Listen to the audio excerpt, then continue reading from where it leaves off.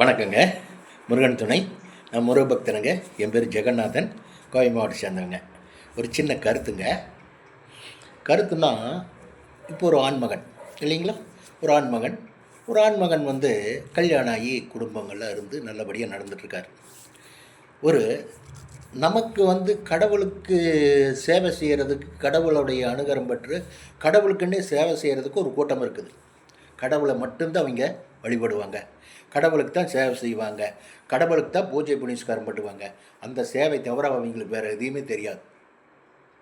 என்னங்க, கடவுளுக்காக சேவை செய்கிறதுக்குன்னே அந்த காலத்துலேயோ எப்போங்கிறது நமக்கு தெரியாதுங்க.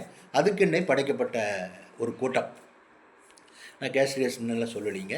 அதுக்குன்னு ஒரு கூட்டம் இருக்குதுன்னு வைங்களேன்.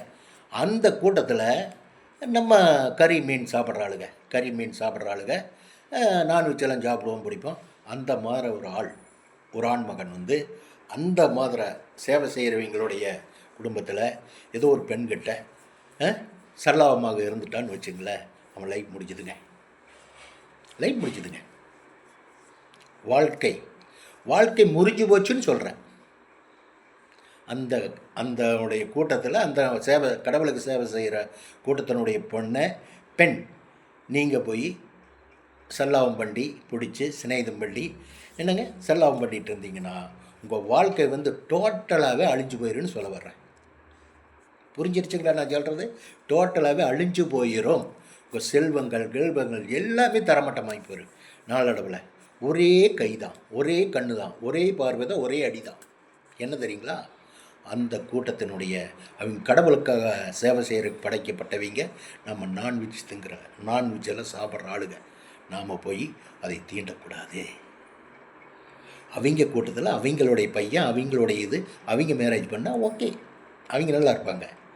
நம்ம கலாச்சார பிரகாரம், நம்மளுடைய பிரகாரம் அவங்கள தொட்டால் சர்வநாசமாகி போயிடுவோங்கன்னு சொல்ல வர்றேன். அப்படி உங்களுக்கு தெரியாது. அதுதான் இதனால தான்னு தெரியாது. என்னங்க, இதனால தான் அந்த கதிக்கு ஆளாயிட்டேன்னு தெரியாது. நான் சொல்கிறது அதனால தான் இந்த கதிக்கெல்லாம் ஆளாகி இருக்கிறீங்க. இந்த மோசமான நிலைமைக்கு போகிறதுக்கு காரணமே அந்த ஒரே பழக்கம்தான். அந்த மாதிரி பழக்கத்தை நீங்கள் இனி விட்டாலும் அதனுடைய பாவத்தின் சம்பளம் உங்களை துரத்திக்கிட்டே இருக்கும். துரத்திக்கிட்டே இருக்குங்க. இன்னும் நீங்கள் போய் பயங்கரமான குழியில் மாட்டிட்டு இது வரையிலும் தண்ணியில் தத்தளிப்பீங்க. குறவளை வரையில் தண்ணி வந்து அதில் தத்தளிக்க வேண்டிய நிலைமை வரும். உங்கள் லைஃப்பை வந்து உயிர்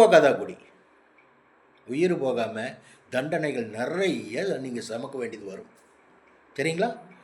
அதனால் நிதானமாக பார்த்து அந்த மாதிரி இதுக்கெல்லாம் நாம் போகக்கூடாதுங்கிறேன். நான் போனால் நம்மளோட லைஃப் டோட்டலாக வேஸ்ட்டு, டோட்டலாக போயிருன்னு சொல்கிறேன். நான் இறைவனை வழிபடுற ஆளுங்க. இந்த வீடியோ வந்து புரிஞ்சுக்கணுங்க, என்ன சொல்கிறாருன்னு சொல்லிவிட்டு புரிஞ்சுட்டு நீங்கள் அது பிரகாரம் நடங்க.